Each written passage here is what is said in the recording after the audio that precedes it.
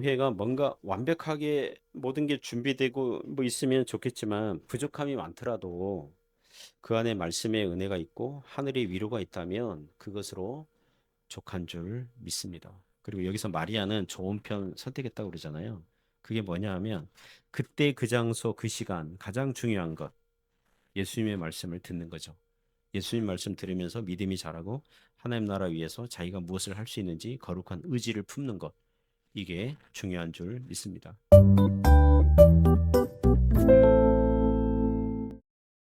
네, 오늘 마리아와 마르다 이런 제목으로 하나님의 말씀 증거하겠습니다. 자, 오늘 성경 말씀은 마르다와 마리아가 예수님 초청했고 마리아는 예수님 말씀을 듣는 데 집중했지만 마르다는 음식 준비로 마음이 분주해서 스트레스가 충만해서 그래서 그걸 보고 예수님께서 과도한 음식 준비로 스트레스를 받고 있으니 이제 말씀 듣는 게 더 좋은 쪽이다. 그게 우선순위에 맞다. 이런 교훈해 주시는 사건 다루고 있거든요. 오늘 말씀은 흔히 봉사하는 것보다는 말씀 듣는 게 더 좋다. 이렇게 이해를 많이 하는데 오늘 성경 본문 보시면 봉사 자체, 음식 준비 자체를 예수님께서 비판하시거나 정죄하신 게 아닙니다. 그러니까 마르다의 태도, 많은 염려와 근심으로 인해서 음식 준비하는데 기쁨이 없죠. 그리고 마리아가 도와주지 않는 거에 대해서 또 싫어하고 뭐 이런 태도를 지적하는 거거든요. 그러니까 많은 염려와 근심으로 마음을 지키지 못하는 것을 주님께서 말씀하시는 것입니다. 예를 들면 저 같은 경우에도 늘 성경 읽고 연구하고 좋은 편 선택하고 있거든요. 또 설교를 만들어내는 일에 집중하고 있잖아요. 근데 이러한 일조차도 이 마르다처럼 많은 염려와 근심으로 다가올 때가 있어요. 그러니까 한 주간 설교 준비하는 것을 미리 생각해서 염려하고 근심이 찾아올 때가 있습니다. 그래서 제가 이 마르다 보면서 마르다는 음식 준비하면서 스트레스 받았는데 나는 설교 준비하면서 스트레스 이렇게 생길 수 있다. 그러면서 그럴 때마다 지혜로운 경구 하나가 그, 제 스스로 떠올리죠. 이렇게 어떠한 일들을 염두에 두고 굉장히 일이 많은데 이럴 때마다 제 마음에 스스로 이렇게 얘기합니다. 얘야 하나씩 해라. 하나씩 해라. 한 번에 하나씩 해라. 한꺼번에 하려고 하지 말고 하나씩 하나씩 해라. 주님께서 도우실 거야. 뭐 이렇게 다독일 때가 있거든요. 오늘 몇 가지 교훈으로 은혜를 나누고자 합니다.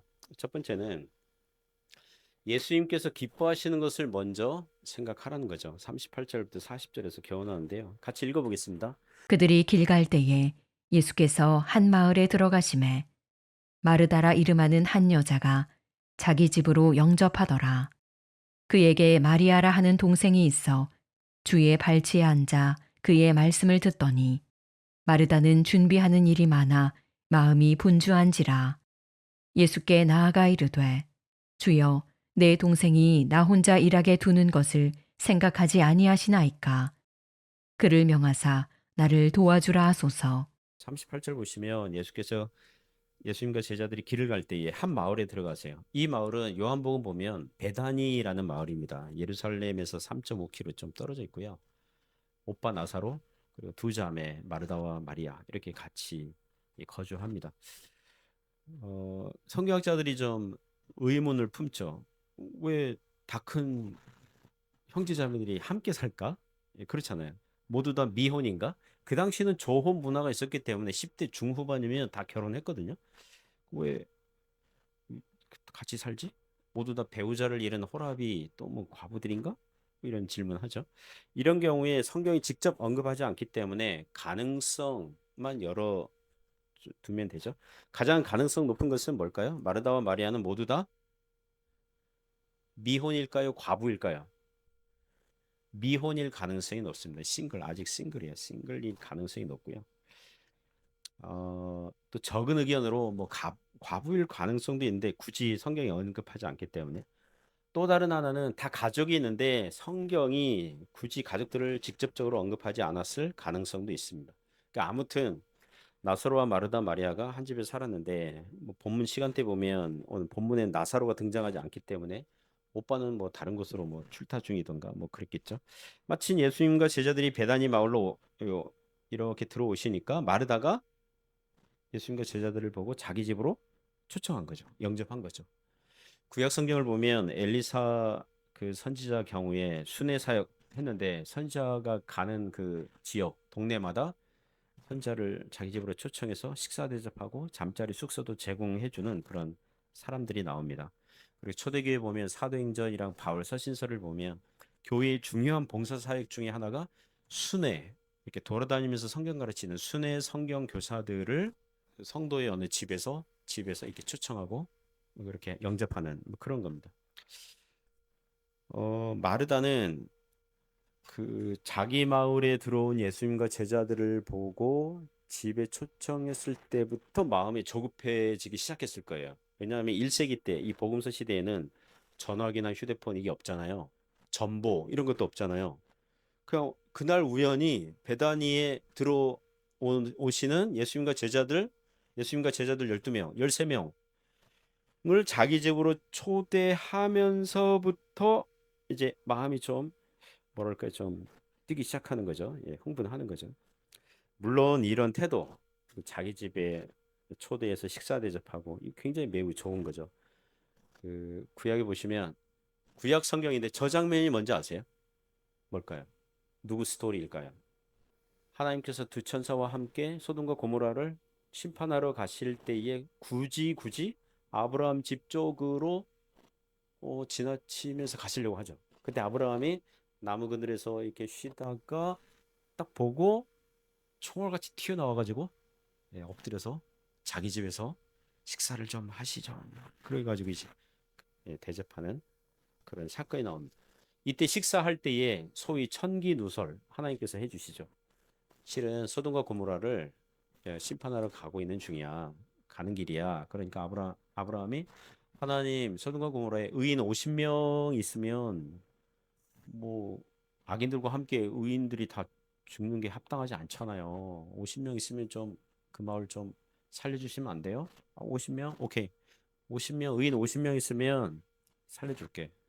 근데 아브라함이 50 스스로 아마 생각했겠죠. 50명 너무 높게 잡았다. 이 소돔과 고모라 이 악명이 높은데 이 악한 도시로 악명이 높은데 하나님 그럼 45명? 그럼 45명 오케이. 아, 좀 낮출 걸. 그래서 40명? 이제 10명 단위로 끊죠. 30명? 20명? 나중에 몇 명까지 내려가요? 10명까지 내려갑니다. 그리고 10명 이하는 안 내려가요. 왜냐하면 아브라함도 양심이 있지. 10명, 수천 명, 수만 명 이 도시 나름 그 시대의 대도시였겠죠. 소돔과 고모라가.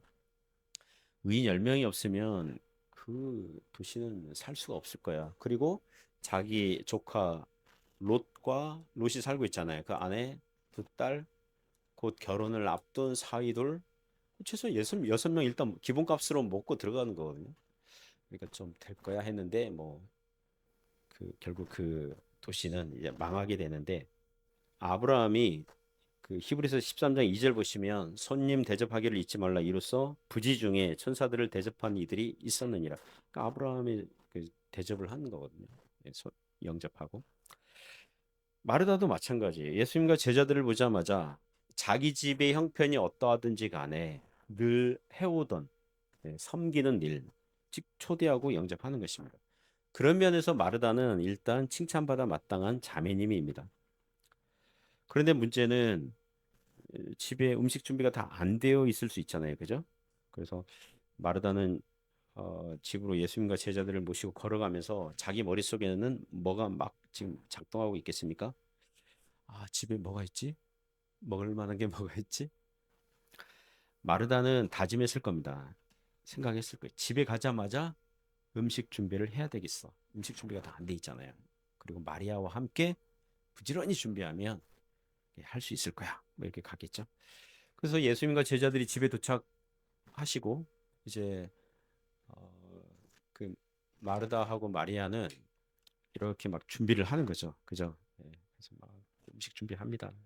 마르다는 앞치마를 하고 밀가루 반죽한 거 떼서 화로에 숯불 해가지고 빵 굽기 시작하고 부엌 위에 걸어놓은 양고기 내리고 뭐 양고기 잘라서 굽기 시작하고 샐러드 야채 막 과일 다듬고 부엌에 있는 접시 냄비 그릇 다 꺼내고 막 그래서 음식 준비하는 일이 너무 바쁜 거예요.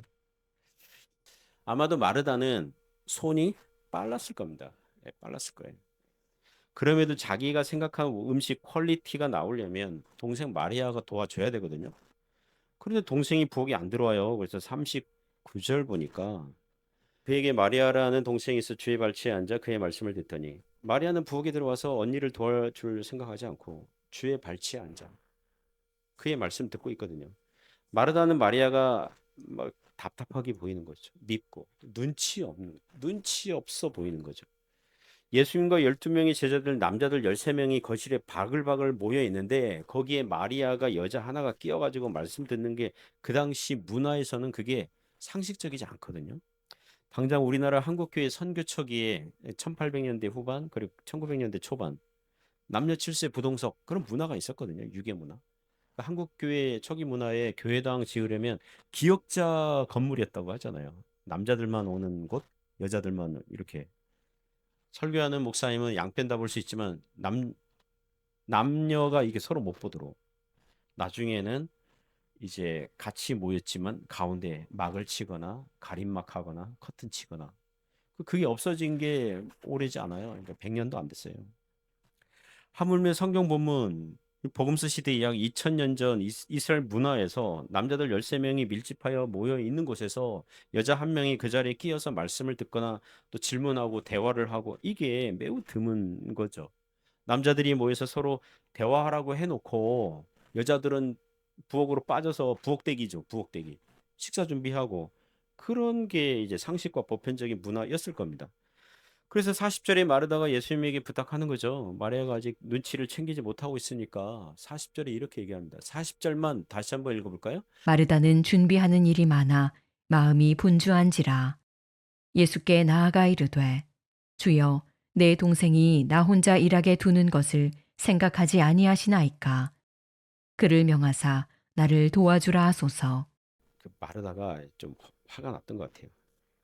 속에서 막 부하가 치밀어 오르는 거죠. 저 동생 저 마리아는 눈치도 없고 행동도 금뜨고 손도 느리고 예? 쟤를 어디에 쓰겠냐. 그러니까 아직도 시집도 못 가고 마르다 지도 못 갔으면서 어쨌든 동생 보면서 시집도 못 가.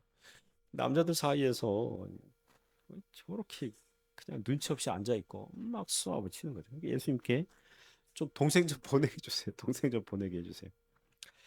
여기서 우리는 이런 질문을 해야 됩니다. 왜 예수님은 식사 시간인데 또는 식사가 나오기를 기다리는 시간인데 갑자기 거실에서 일종의 사경회를 하십니까? 왜 부흥회예요? 왜 성경 공부 시간 열고 있습니까?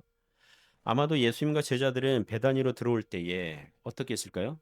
이미 길거리 성경 강해 사경회가 열렸을 겁니다. 이미 베다니의 마을 들어와서 할 때 제자들과 어떤 성경의 주제 또 주님께서 말씀하시는 이 어떤 복음 진리에 막 이렇게 대화하고 강의하고 막 이러고 있을 때 마르다의 초청을 받고 그 집에 가면서 계속 얘기를 하는 거죠. 예수님은 이제 하나라도 더 가르쳐 주고 싶잖아요. 길거리 수업 시간 하고 있다고요. 그리고 마르다 집에 와서도 제자들에게 하나님 나라 복음을 하나라도 더 알려주시려고 하신 거예요. 마르다는 부엌에 들어갔고, 그죠? 그 예수님은 제자들에게 아까 길거리 강의를 계속 연장해서 하고 있는 거죠. 마리아도 이 언니를 도와주려고 가려고 하는데 예수님과 제자들 보니까 이제 거실에서 열띤 성경 교훈, 질문, 답변이 막 오고 가는 거예요. 그래서 마리아로 하여금 그 자리를 떠나지 못하게 하고 자리에 앉아서 예수님의 말씀을 집중해서 들었을 가능성이 높은 겁니다. 만일 예수님의 강의가 마르다 집에 오기 전에 다 끝났다면 예수님께서 그 마르다 집에 오셔서 제자들 몇 명, 음식 솜씨 좋은 제자들 몇 명 붙여주시고 금방 뭐 음식 나오게 하면 되잖아요. 그죠? 지금은 음식 나오는 것보다 아까 하시던 하나님 나라 교훈을 제자들에게 가르치시는 것이 급선무였기 때문에 제자들 그리고 마리아도 예수님 말씀 듣는 게 꿀송이보다 더 달고 그러니까 떠날 수가 없는 거예요. 그렇다면 마르다도 자기 생각에 몰두해가지고 얼른 부엌에 가서 음식 준비해야지. 그게 아니라 예수님과 제자들이 이 하나님의 말씀, 하나님 나라 말씀을 하고 있으니 자기도 거기에 쏙 빨려 들어가지고 부엌에 들어갈 생각 못하고 마리아와 함께 예수님의 발치에 앉아서 말씀을 듣는 게 더 아름답고 나았을 것입니다. 그리고 강의가 끝나면 제자들이 12명입니다. 몇 사람 이렇게 붙여가지고 하면 금방 할 수 있잖아요. 금방 음식 나올 수 있잖아요. 그러니까 자기가 하고 싶은 게 아니라 우리 예수님께서 기뻐하시는 것을 먼저 생각하실 수 있기를 주님의 이름으로 축복합니다. 두 번째 교훈은 하나님 나라를 위한 우선순위를 세우라고 말씀합니다. 41절 42절에서 교훈합니다. 같이 읽습니다. 주께서 대답하여 이르시되 마르다야 마르다야 내가 많은 일로 염려하고 근심하나 몇 가지만 하든지 혹은 한 가지만이라도 족하니라. 마리아는 이 좋은 편을 택하였으니 빼앗기지 아니하리라 하시니라. 예수님은 마리아가 많은 일로 염려하고 근심하는 것이 잘못되었다 이렇게 지적하시죠. 42절 보면 약간 이해하기 어려운 건데 몇 가지만 하든지 혹은 한 가지만이라도 족하니라. 제가 이해하기로는 과도하게 음식을 여러 개 막 하지 말고 몇 가지만 이렇게 몇 개만 이렇게 몇 개만 혹은 한 가지만이라도 우리나라식으로 얘기하면 김치 하나, 예, 밥 하나, 김치 하나 막 그렇게 해도 족하니라. 그리고 이게 겹쳐 있을 수 있잖아요. 그 음식 대접 봉사랑 말씀 듣는 게 같은 시간대에 겹칠 수 있잖아요. 그러면 좋은 편이 뭡니까? 말씀 듣는 게 항상 좋은 겁니다. 물론 이렇게 따로따로 이렇게 균형 있게 하면 좋겠지만 그 주석책들 보면 마르다의 손과 마리아의 귀 요게 균형 있으면 좋겠다 뭐 이런데 항상 우선순위 하나님 나라를 위한 우선순위 그것을 선택하라는 것입니다. 성경 참조란 보면 최근의 본문에는 몇 가지만 하든지를 빼고 한 가지만으로도 족하니라. 여러분 성경 그 제일 밑에 보면 주석란 참조란에 그렇게 있거든요. 한 가지만으로도 족하다. 제가 부산에서 부교육자 시절에 한 번은 그 교회 장로님 권사님 가정에서 이 교육자 가족을 초대했어요. 교육자 가족 한 그때 한 세넷 가정 됐었는데 초대했습니다. 식사 초대해 주시니까 너무 감사하죠. 그래서 음식 준비한 그런데 그 권사님 스타일이 캐릭터가 음식 남는 거를 좀 싫어하세요. 그리고 과식하는 걸 싫어하세요. 그래서 예를 들면 자, 국 있습니다. 국을 먹었잖아요. 그 맛있어요. 그러면 더 먹고 싶잖아요. 권사님 국 더 있을까요? 그럼 없어. 딱 그 사람 숫자에 맞게 정량 딱 해서 없어요. 그 거의 없어요. 그러니까 말 좀 없는 거죠. 그런 식으로. 우리 예를 들면 식사 후에 과일 나오지 않습니까? 그러면 뭐 사과 8분의 1씩 돌아가도록 예를 들면 과일 더 없어. 이게 말을 못해. 주는 대로 먹고 그걸로 끝내야 돼. 뭐 맛있으니까 뭐 더 주 말을 못해. 막 여러 가지 반찬도 하시고 막 이러는데 뭐 그런 식이죠. 그래서 먹긴 먹었는데 더 먹고 싶다고 말하기도 어려운 분위기 속에서 그리고 또 이제 식사할 때 또 건강 강의를 하시는 분들이 있잖아요. 건강 강의 하시거든요. 장로인 식사할 때 밥 한 공기 이상은 뭐 과식이고 국도 정량만 먹는 게 좋고 뭐 사과도 8분의 1 조각 이상이면 소화에 안 좋고 막 계속 건강 강의 막 하시는. 그래서 식사 초대해서 먹긴 먹는데 먹고 싶은 것을 더 못 먹고 뭔가 인내와 눈치 이거 뭐 이게 더 달라고 해야 되나 말아 이렇게 저랑 부목사님이랑 더 달라고 해야 돼요 말아야 돼요 뭐 하지 마 뭐 이러고 뭐 이러면서 그 아직도 기억나는 거죠. 예, 눈치만 많이 봤던 예, 그런. 그래서 먹고 나오는데 스트레스 받아서 야 이럴 거면 차라리 한 가지 차라리 삼겹살 잔뜩 해가지고 그 김치랑 구워 먹는 게 낫지 않았나 뭐 이런 생각을 하는 거죠. 그래서 그때 마르다 사건이 생각이 나면서 권사님이 몇 가지만 하든지 한 가지만 했다면 예, 그래도 괜찮았겠다 뭐 그런 생각을 한 적이 있습니다. 마르다는 당장에 내놓을 수 있는 것들 지금은 주님의 말씀을 충분히 들은 다음에 금방 내놓을 수 있는 간단한 거 뭐 한 가지만이라도 있어도 좋았겠다 이런 생각이 듭니다. 최근에 새롭게 하셔서 그 CBS 간증 프로그램이죠. 그 어느 충청도 부여 쪽에서 개척 개척교회가 아니죠. 그 시골 목회하는 그 도시들 그러니까 마을들이 그 소멸 위험한 그런 마을들이 있잖아요. 그러니까 그런 굉장히 시골 마을. 그 목사님이 가니까 90대 권사님 딱 한 분 계시더래요. 첫 예배 1대1 드렸대요. 1대1. 뭐 총각대 같지만 지금은 그 사모님 있고 했는데 그 사모님이 젊은 감각으로 SNS 뭐 인스타그램 뭐 이런데 개척교회 사모가 뭐 주일 점심 식사 준비 뭐 이런 거를 이제 하는 거죠. 또 교인들 신방에서 하는 그런 거를 짧게 이렇게 올리기 시작한 거예요. 그게 굉장히 반응이 좋고 반향이 와가지고 많은 사람들이 보게 되고 굉장히 뭐죠? 이렇게 많이 주목을 받게 됐나 봐요. 그러자 이게 전도 열심히 하는데 전도 지목한 사람은 오지 않고 예를 들면 60대 중반에 은퇴한 가정이 두 가정이 왔는데 그 전까지는 불교 신자였는데 그 마을에 와보고 교회를 보면서 교회 다녀봐야겠다. 여러분 60대 이상에서도 주님께 나올 수 있습니다. 계속 다니고 있대요. 예, 그런 식으로. 그리고 1시간 거리 떨어져 있는 사람인데 교회를 정하려고 하는데 그 SNS 거기 재밌잖아요. 그거 보면서 이 교회 가고 싶다 그래서 지금 4년 만에 뭐 지난주인가 뭐 이렇게 올라온 영상 보니까 80명이 와요. 그 시골 교회. 예. 그 동네는 인구 소멸 그 위험 마을이거든요.